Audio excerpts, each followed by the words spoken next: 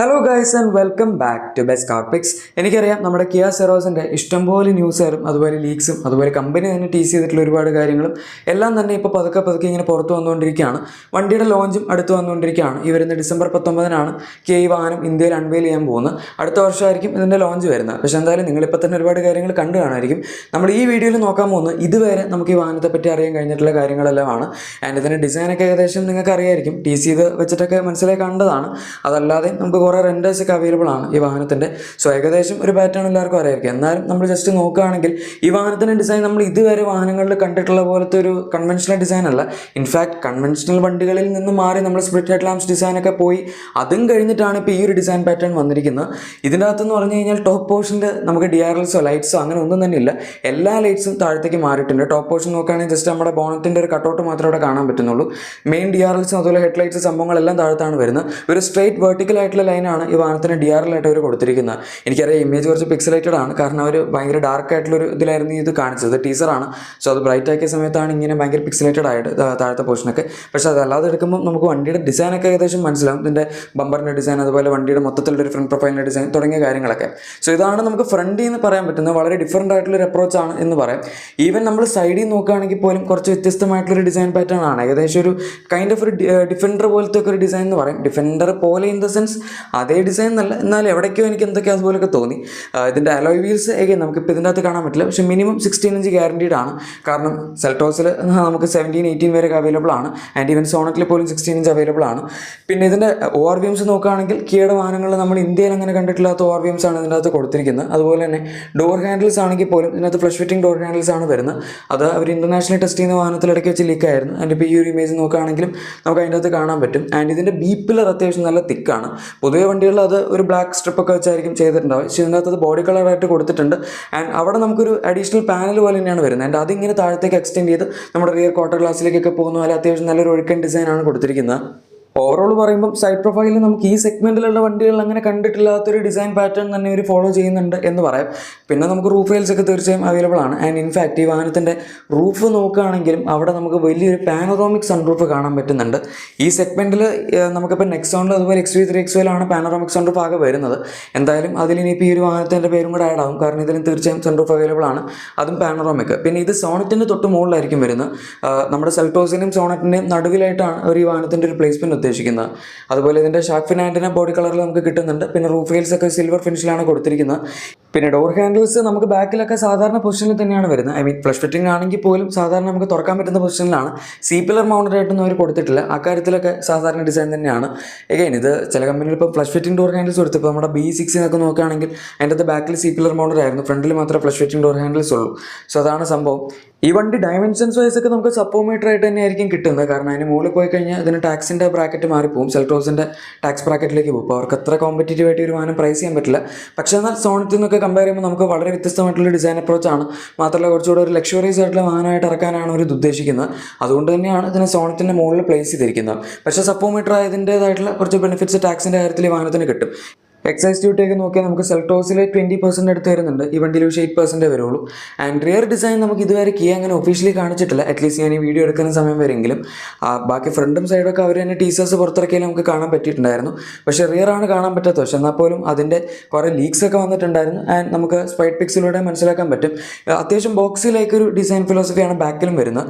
And ലൈറ്റ്സിൻ്റെ ഒക്കെ ഒരു design ആണെങ്കിലും കംപ്ലീറ്റ്ലി ഡിഫറൻ്റ് ആണ്. നമുക്ക് താഴത്തായിട്ട് ലൈറ്റ് നിങ്ങൾക്ക് കാണാം. അവിടെയാണ് ഇതിൻ്റെ മെയിൻ ലൈറ്റ്സ് ഒക്കെ വരുന്നത്. ബ്രേക്ക് ലൈറ്റും സംഭവങ്ങളൊക്കെ അവിടെ തന്നെ കൊടുത്തിട്ടുണ്ട്. അത് അത്യാവശ്യം നല്ല ബ്രൈറ്റ് ആണ്. പക്ഷേ എന്നാൽ അവർ ഇതിന് മുന്നേ ഒരു ഡിസൈൻ സ്കെച്ച് കാണിച്ച സമയത്ത് നമുക്ക് ടോപ്പ് പോർഷനിൽ ഒരു L ഷേപ്പ് പോലത്തെ ലൈറ്റ്സും കാണാൻ പറ്റിയിട്ടുണ്ടായിരുന്നു. മിക്കവാറും നമ്മൾ സാധാരണ ലൈറ്റ്സ് ഒക്കെ ഓൺ ആക്കുന്ന സമയത്ത്, അതായത് ബ്രേക്ക് അല്ലാതെ ബാക്കിയുള്ള ലൈറ്റ്സ് അവിടെ ടോപ്പിൽ L ഷേപ്പിലായിരിക്കും കത്തുന്നുണ്ടാവുന്നത്. അതും നമ്മൾ ടെസ്റ്റിംഗ് വണ്ടിയിൽ കണ്ടിട്ടുള്ള ലൈറ്റ്സ് തന്നെയാണ്. പക്ഷേ ചില വണ്ടികൾ മാത്രമേ ആ ഒരു ലൈറ്റ്സ് എക്സ്പോസ്ഡ് ആയിട്ട് കാണാൻ പറ്റിയിട്ടുള്ളൂ. പിന്നെ ഇത് നമ്മൾ ഫ്രണ്ടിൽ കാണുന്ന പോലെയാണ്. ഫ്രണ്ടിൽ താഴത്തെ പോർഷനിൽ വരുന്ന ഒരു DRL ആയിട്ട് സിമിലർ ആണ് ഇതിൻ്റെ ബാക്കിലത്തെ ടോപ്പ് പോർഷനിൽ വരുന്ന ആ L ഷേപ്പ് ലൈറ്റ്. അതാണ് ഞാൻ പറയുന്നത്, കംപ്ലീറ്റ്ലി വ്യത്യസ്തമായിട്ടുള്ള ഡിസൈൻ അപ്രോച്ചാണ് കിയ ഇതിൽ പിടിച്ചിരിക്കുന്നത് എന്നുള്ളത്. ഇനി ഇതിൻ്റെ ഇൻറ്റീരിയറിൻ്റെ കുറച്ച് ഇമേജസ് അല്ലെങ്കിൽ ടീച്ചേഴ്സ് അവർ പുറത്തിറക്കിയിട്ടുണ്ടായിരുന്നു. ഇതിൽ നമുക്കിപ്പോൾ കറക്റ്റ് ഡാഷ്ബോർഡിൻ്റെ ലേഔട്ട് ഒന്നും മനസ്സിലാക്കാൻ പറ്റില്ലെങ്കിലും ഇൻഫോടൈം സിസ്റ്റം അതുപോലെ തന്നെ അതിൻ്റെയൊക്കെ ഒരു പ്ലേസ്മെൻ്റ് ഒക്കെ കാണാം. ഇത് ഹെഡ് അപ്പ് പോലെയല്ല നിൽക്കുന്നത്, അതായത് കീയുടെ ഒരു ടിപ്പിക്കൽ ഡിസൈൻ അനുസരിച്ച് സെൽട്ടോസിലാണെങ്കിലും പുതിയ സോണറ്റിലാണെങ്കിലും ഒക്കെ നമുക്കിങ്ങനെ ഡാഷ്ബോർഡിൽ നിന്ന് കുറച്ച് മുകളിലേക്ക് പൊങ്ങി നിൽക്കുന്ന രീതിയിലാണ്. ഇത് പക്ഷേ അങ്ങനെയല്ല, ഡാഷ്ബോർഡിൽ തന്നെ ഇൻറ്റഗ്രേറ്റഡ് ആയിട്ട് വരുന്ന രീതിയിലുള്ള ഒരു ഇൻഫോടൈം സിസ്റ്റമാണ് ഇതിൻ്റെ അകത്ത് അവർ കൊടുത്തിരിക്കുന്നത്. കാരണം നമുക്ക് ബാക്കി സ്ഥലത്തെല്ലാം ഡാഷ്ബോർഡിൻ്റെ ഒരു പ്ലേസ്മെൻറ്റ് കാണാൻ പറ്റും. ആൻഡ് അതിൻ്റെ താഴത്തെ സെറ്റപ്പ് എന്നൊക്കെ പറഞ്ഞ് നമ്മുടെ AC കൺട്രോൾസും സംഭവങ്ങളൊക്കെ കൊടുത്തിട്ടുണ്ട്. പിന്നെ 10.25 ഇഞ്ച് ഇൻഫോടൈം സിസ്റ്റം തീർച്ചയായും ഈ വാഹനത്തിലുണ്ടാവും. കിയയുടെ എല്ലാ വാഹനങ്ങളും ഇപ്പോൾ മിനിമം 10.25 ഇഞ്ച് സ്റ്റാൻഡേർഡാണ്. ഇൻസ്ട്രുമെന്റ് ക്ലസ്റ്റർ ആണെങ്കിലും സോണറ്റിൽ നമുക്ക് 10.25 ഇഞ്ച് കിട്ടുന്ന സ്ഥിതിക്ക് ഉറപ്പായിട്ടും ഇതിൻ്റെ അകത്തും 10.25 ഇഞ്ച് തന്നെയായിരിക്കും. സോണറ്റിലും സെൽട്ടോസിലൊക്കെ ആ ഒരു സെയിം ക്ലസ്റ്ററാണ് അവർ ഉപയോഗിക്കുന്നത്. ഇനി അടുത്ത സ്റ്റിയറിംഗ് വീലാണ്. ഇതിൻ്റെ സ്റ്റിയറിംഗ് വീലിൻ്റെ ഡിസൈൻ അവർ കംപ്ലീറ്റ്ലി മാറ്റിയിട്ടുണ്ട്. ഏകദേശം നമുക്ക് ഈ അടുത്ത് വന്ന EV3 കിട്ടുന്ന പോലത്തെ ഇൻസ്പിറേഷനുള്ള സ്റ്റിയറിംഗ് വീലാണ് ഈ വണ്ടിയിൽ കൊടുത്തിരിക്കുന്നത്. സംഭവം 2 സ്പോക്ക് ആണ്. ഇപ്പോൾ മിക്ക കമ്പനികൾ ഈ 2 സ്പോക്ക് സ്റ്റിയറിംഗ് വീലിലേക്കാണല്ലോ പോകുന്നത്. അതുകൊണ്ട് തന്നെ കിയയും അവരുടെ ഈ വാഹനത്തിൽ 2 സ്പോക്ക് സ്റ്റിയറിംഗ് വീൽ തന്നെ കൊടുത്തിട്ടുണ്ട്. അതിൻ്റെ അകത്ത് നമുക്ക് റോട്ടറി ഡയൽസ് പോലത്തെ സംഭവങ്ങളൊക്കെ കൺട്രോൾസ് ആയിട്ട് അവൈലബിൾ ആണ്. ആൻഡ് ട്രാക്ഷൻ മോഡ് എന്ന് പറഞ്ഞ ഒരു അല്ലെങ്കിൽ ടെറൈൻ മോഡ് എന്ന് പറഞ്ഞൊരു സംഭവം നമുക്ക് അതിൻ്റെ താഴത്തെ ഒരു റോട്ടറി നോബ് പോലെ കാണാൻ പറ്റുന്നുണ്ട്. എഗെയിൻ അതും നമുക്ക് അഡ്ജസ്റ്റ് ചെയ്യാൻ പറ്റും. സ്റ്റിയറിംഗിൽ തന്നെ കൺട്രോൾ ചെയ്യുന്നുള്ളതാണ് അതിൻ്റെ ഒരു ഹൈലൈറ്റ്. പിന്നെ നടുവിൽ അവരുടെ ലോഗോ ഉണ്ട്. അതങ്ങനെ പ്രത്യേകിച്ച് ഇലൂമിനേറ്റഡ് ആയിട്ടും നല്ല കൊടുത്തിരിക്കുന്ന നമ്മുടെ മഹീന്ദ്രേൻ്റെ അകത്തൊക്കെ ചെയ്ത പോലെ അവർ നോർമലായിട്ട് തന്നെ ലോഗോ പ്ലേസ് ചെയ്തിരിക്കുകയാണ്. പക്ഷെ എന്തായാലും അങ്ങനെ സ്റ്റിയറിംഗിൻ്റെ ഡിസൈനിൽ നമുക്ക് വ്യത്യാസം പറയാം. പിന്നെ അടുത്ത മെയിൻ വ്യത്യാസം വരുന്ന സെൻറ്റർ കൺസോളിൻ്റെ ഒരു ഡിസൈനിലാണ്. നമുക്ക് പുഷ് ബട്ടൺ സ്റ്റാർട്ടിൻ്റെ സ്വിച്ച് അല്ലെങ്കിൽ സ്റ്റാർട്ട് സ്റ്റോപ്പ് ബട്ടൺ വരുന്നത് സെൻറ്റർ കൺസോളിലാണ്, അല്ലാതെ നമ്മുടെ ഡ്രൈവറിൻ്റെ റൈറ്റ് സൈഡിലോ ലെഫ്റ്റ് സൈഡിലോ സ്റ്റിയറിംഗ് വീലിൽ അവിടെ ഇവിടെ ഇട്ടൊന്നും അല്ല. പിന്നെ നമുക്കിതിൽ 360 ഡിഗ്രി ക്യാമറയുടെ ഒരു വ്യൂ ഓപ്ഷൻ അവിടെ അതിനകത്ത് കൊടുത്തിട്ടുണ്ട്, പാർക്കിൻ്റെ ഒരു സംഭവമായിട്ട്. പിന്നെ നമുക്ക് ഫ്രണ്ടിലും ബാക്കിലും പാർക്കിംഗ് സെൻസേഴ്സ് ഈ വാഹനത്തിൽ അവൈലബിൾ ആയിരിക്കും. അതുപോലെ തന്നെ നമുക്ക് ഇതിൻ്റെ അകത്ത് ഇലക്ട്രോണിക് പാർക്കിംഗ് ബ്രേക്കും അവൈലബിൾ ആണെന്ന് പറയുന്നുണ്ട്. ഈ സെഗ്മെൻറ്റിൽ അത് വരികയാണെങ്കിൽ തീർച്ചയായും എക്സ്ക്ലൂസീവായിട്ട് ഇലക്ട്രോണിക് പാർക്കിംഗ് ബ്രേക്ക് ഉള്ള വാഹനം ഇത് തന്നെയായിരിക്കും. ഇലക്ട്രിക് വാഹനങ്ങളൊക്കെ ഉണ്ട്. ഇപ്പോൾ നെക്സോൺ EVയിലൊക്കെ നമുക്ക് EPB അവൈലബിൾ ആണ്. പക്ഷേ എന്നാലും ഈ ഒരു സെഗ്മെൻറ്റിൽ ഇന്റേണൽ എഞ്ചിൻ പവർഡ് ആയിട്ടുള്ള വണ്ടികളിൽ ഇലക്ട്രോണിക് പാർക്കിംഗ് ബ്രേക്ക് ഇതുവരെ വന്നിട്ടില്ല. ആൻഡ് ഈവൻ നമ്മൾ ഗിയർ ലിവർ നോക്കുകയാണെങ്കിൽ പോലും അതിൻ്റെയൊക്കെ ഡിസൈനിൽ നല്ല വ്യത്യാസമുണ്ട്. കുറച്ചുകൂടെ പ്രീമിയം ആയിട്ടുള്ള ഇത്തിരി കൂടെ ഒരു ഉയർന്ന സെഗ്മെന്റിൽ വരുന്ന വണ്ടിയുടെ ഒരു ഗിയർ നോബ് പോലെയാണ് അവർ കൊടുത്തിരിക്കുന്നത്. അത് ഓട്ടോമാറ്റിക്കിൻ്റെ ഗിയർ ലിവറാണ്, മാനുവലിൻ്റെ എന്തായാലും ഇങ്ങനെ ആയിരിക്കില്ല. പക്ഷെ എന്നാലും ഓട്ടോമാറ്റിക് ആണെങ്കിലും നമുക്ക് നല്ലൊരു പ്രീമിയം ഫിനിഷ് തന്നെയാണ് ഒരു പ്രാവശ്യം ഇതിനകത്ത് കൊടുക്കാൻ ശ്രമിച്ചിരിക്കുന്നത്. ഇനി അതിൻ്റെ ഫ്രണ്ടിലേക്ക് വരികയാണെങ്കിൽ നമുക്കൊരു വയർലെസ് ചാർജിംഗ് പാഡ് അവൈലബിൾ ആണ്. അല്ലാതെ തന്നെ USB Type-C പോയിന്റ് ഒക്കെ കൊടുത്തിട്ടുണ്ട് ഫോൺ ചാർജ് ചെയ്യാനും മറ്റുമൊക്കെ ആയിട്ട്. ഇനി അടുത്ത ഡിഫറൻസ് വരാൻ പോകുന്ന ബാക്ക് സീറ്റിലായിരിക്കും. ഈ വാഹനത്തിൻ്റെ കൊറിയൻ ടെസ്റ്റിംഗ് വാഹനത്തിൽ നമുക്ക് ആക്ച്വലി റിയറിലെ സീറ്റിലും വെന്റിലേഷൻ്റെ ഒരു ഓപ്ഷൻ അവിടെ ഒരു സ്വിച്ച് പോലെ കൊടുത്തിട്ടുണ്ട്. അത് ഈ വണ്ടിയിൽ വരുമോ ഇല്ലയോ എന്നുള്ളത് നമുക്കറിയില്ല. കാരണം ഈ സെഗ്മെൻറ്റിൽ ഒരു വാഹനത്തിലും റിയർ സീറ്റ് വെന്റിലേഷൻ ഒന്നും അവൈലബിൾ അല്ല. ഈ വണ്ടിയിൽ എന്തായാലും നമുക്ക് ഫ്രണ്ട് സീറ്റിൽ വെന്റിലേഷൻ ഉണ്ടാവും, അതുപോലെ തന്നെ ഇലക്ട്രോണിക് സീറ്റ്സ് ഒക്കെ ഉണ്ടാവും, അറ്റ്ലീസ്റ്റ് ഡ്രൈവർ സൈഡിലെങ്കിലും. പക്ഷേ റിയർ സീറ്റ് വെന്റിലേഷൻ എന്ന് പറയുന്നത് തീർച്ചയായും സെഗ്മെൻറ്റ് ബെസ്റ്റ് ആയിട്ടുള്ളൊരു സംഭവമായിരിക്കും. അതാകപ്പാടെ നമുക്ക് കിട്ടുന്നത് സഫാരിയിലേക്കാണ്, അതും ക്യാപ്റ്റൻ സീറ്റ്സിൽ. ഈ വണ്ടിയിൽ അങ്ങനെ റിയർ സീറ്റ് വെന്റിലേഷൻ കൊടുക്കണമെങ്കിൽ ബെഞ്ചിൽ മൊത്തമായിട്ട് വെന്റിലേഷൻ കൊടുക്കേണ്ടി വരും, അല്ലെങ്കിൽ റിയറിൽ ക്യാപ്റ്റൻ സീറ്റ്സ് ആക്കേണ്ടി വരും. ഇതിൽ എന്താണ് അവർ ഉദ്ദേശിക്കുന്നത് നമുക്ക് നോക്കാം. ചിലപ്പം ഈ ഒരു ഫീച്ചർ ഇന്ത്യക്ക് അവർ ഒഴിവാക്കാനും ചാൻസ് ഉണ്ട്. പിന്നെ ഇതുവരെയുള്ള റിപ്പോർട്ടുകൾ വെച്ച് ഈ വാഹനം എന്ന് പറയുന്നത് അവർ കൂടുതലും റിയർ സീറ്റ് എക്സ്പീരിയൻസ് ഫോക്കസ് ചെയ്ത് ഉണ്ടാക്കുന്നു എന്നാണ് പറയുന്നത്. അതുകൊണ്ട് തന്നെ നമുക്ക് ഈ വാഹനത്തിനകത്ത് ബാക്കിലത്തെ സീറ്റിന് റിക്ലൈൻ അഡ്ജസ്റ്റ്മെൻറ്റ് ഉണ്ടാകുമെന്ന് പറയുന്നുണ്ട്. അതായത് നമുക്ക് അതിൻ്റെ ചെയർ അഡ്ജസ്റ്റ് ചെയ്യാൻ പറ്റും. പിന്നെ ഡെഫിനറ്റ്ലി 3 പോയിന്റ് സീറ്റ് ബെൽറ്റ്സ്, അതുപോലെ തന്നെ റിയർ ആംറസ്റ്റ്, അതുപോലെ അഡ്ജസ്റ്റബിൾ ഹെഡ്റസ്റ്റ് തുടങ്ങിയ കാര്യങ്ങളൊക്കെ എന്തായാലും ഉറപ്പാണ്. പക്ഷേ ഈ സെഗ്മെൻറ്റിൽ റിക്ലൈൻ ഓപ്ഷൻ അവർക്ക് കൊടുക്കാൻ പറ്റുമെങ്കിൽ എഗെയിൻ അതൊരു സെഗ്മെൻറ്റ് ബെസ്റ്റ് ഫീച്ചർ ആവും. പൊതുവേ ഈ സെഗ്മെൻറ്റിൽ അങ്ങനെ മിക്ക വാഹനങ്ങൾക്കും റിക്ലൈൻ ഓപ്ഷൻ അവൈലബിൾ അല്ല. അതുകൊണ്ട് ഇപ്പോൾ സോണറ്റിൻ്റെ റിയർ സീറ്റ് എക്സ്പീരിയൻസ് നിങ്ങൾക്ക് അത്ര ഇഷ്ടപ്പെട്ടില്ല എന്നുണ്ടെങ്കിൽ ഈ വാഹനം തീർച്ചയായും അത് കോമ്പൻസേറ്റ് ചെയ്യാൻ വേണ്ടിയാണ് അവർ ഇറക്കാൻ പോകുന്നത്. പിന്നെ ഇതിൻ്റെ എഞ്ചിൻ ഓപ്ഷൻസിൻ്റെ കേസ് എടുക്കുകയാണെങ്കിലും നമുക്ക് സോണറ്റിൽ എൻട്രി ലെവൽ മോഡലിൽ ഒരു 1.2 NA എഞ്ചിൻ കിട്ടുന്നുണ്ട്. അത് ഈ വാഹനത്തിൽ ഉണ്ടാവില്ല. അതിന് പകരം ഇപ്പോൾ ഓട്ടോക്കാരൻ്റെ റിപ്പോർട്ട് ചെയ്തിരിക്കുന്ന അനുസരിച്ച് 2 എഞ്ചിൻസ് ആയിരിക്കും ഈ വാഹനത്തിൽ വരാൻ പോകുന്നത്. ഒന്ന് ബേസിക് റേഞ്ച് പോലെ വരാൻ പോകുന്നത് നമ്മുടെ 1 ലിറ്റർ TGD എഞ്ചിനാണ്. സോണറ്റിലൊക്കെ അവർ ഉപയോഗിക്കുന്ന സെയിം എഞ്ചിനാണ്. സോണറ്റിൽ മാത്രമല്ല വെന്യൂലും i20ലും ഒക്കെ വരുന്നുണ്ട്. നമുക്ക് 120 PS പവറും 172 Nm ടോർക്കുമാണ് ഈ ഒരു എഞ്ചിൻ ജനറേറ്റ് ചെയ്യുന്ന പവർ എന്ന് പറയുന്നത്. അതുപോലെ തന്നെ ഇത് നമുക്ക് IMTയിലും അതുപോലെ 7 സ്പീഡ് DCTയിലും ഉണ്ടായിരുന്നു.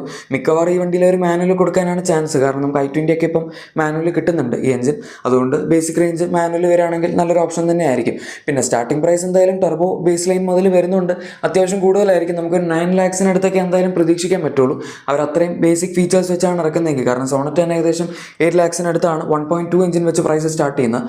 അപ്പോൾ ഉറപ്പായിട്ടും ഈ വാഹനം 9ൻ്റെ മുകളിൽ അവർക്ക് സ്റ്റാർട്ട് ചെയ്യാൻ പറ്റുള്ളൂ, ഓർ അറൗണ്ട് 9. പക്ഷേ അത് തന്നെ ഈ ഒരു സെഗ്മെൻറ്റിൽ ഇപ്പം മറ്റ് വാഹനങ്ങളൊക്കെ 11ൻ്റെ അടുത്തത്. ഈ segment means above 4 metre compact SUVs നമ്മുടെ Creta, Seltos, Taigun, Kushaq, Astor അങ്ങനത്തെ വണ്ടികളൊക്കെ 11 lakhsൻ്റെ അടുത്ത് അല്ലെങ്കിൽ അതിൻ്റെ മുകളിലൊക്കെ ആയിട്ടാണ് സ്റ്റാർട്ട് ചെയ്യുന്നത്. അപ്പോൾ എന്നാലും ആ വാഹനങ്ങളുടെയൊക്കെ പ്രൈസ് അണ്ടർ കട്ട് ചെയ്ത് തന്നെയാണ് ഇത് വരാൻ പോകുന്നത്.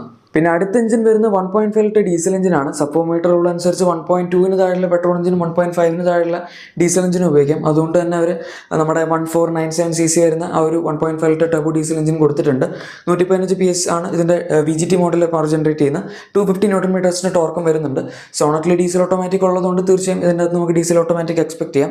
6 സ്പീഡ് ടോക്കൺ മോട്ടർ ഓട്ടോമാറ്റിക്കും 6 സ്പീഡ് മാനുവൽ ട്രാൻസ്മിഷനും ആയിരിക്കും ഇതിനകത്ത് വരാൻ പോകുന്നത്. പിന്നെ ഈ വണ്ടി പറഞ്ഞു വരുമ്പോൾ പുതിയൊരു സെഗ്മെന്റിലേക്ക് വരുന്ന വണ്ടിയാണ്. പൊതുവെ കമ്പനികളൊന്നും ഒരു സബ് 4 മീറ്റർ SUV-യുടെ ഇടയിലും അതുപോലെ അബവ് 4 മീറ്റർ കോമ്പാക്ട് SUV-യുടെ ഇടയിലും ഒരു പുതിയ വണ്ടി കൊണ്ടിടാൻ നോക്കിയിട്ടില്ല. കാരണം പ്രൈസ് തമ്മിൽ നല്ല ക്ലാഷ് വരും. രണ്ട് വാഹനങ്ങളായിട്ട് പ്രൈസ് ക്ലാഷ് വരും. അവരുടെ സ്വന്തം വണ്ടികൾ കാനിബലൈസ് ചെയ്യാൻ ചാൻസ് ഉണ്ട്. അപ്പോൾ അതുകൊണ്ടൊക്കെ പിന്നെ സെയിൽസിലുള്ള ഇതിൻ്റെ പെർഫോമൻസും നമുക്ക് അധികം വൈകാതെ തന്നെ കാണാം. എനിക്ക് തോന്നുന്നില്ല അതങ്ങനെ വലിയൊരു ഫ്ലോപ്പ് ഒന്നും ആവുന്ന.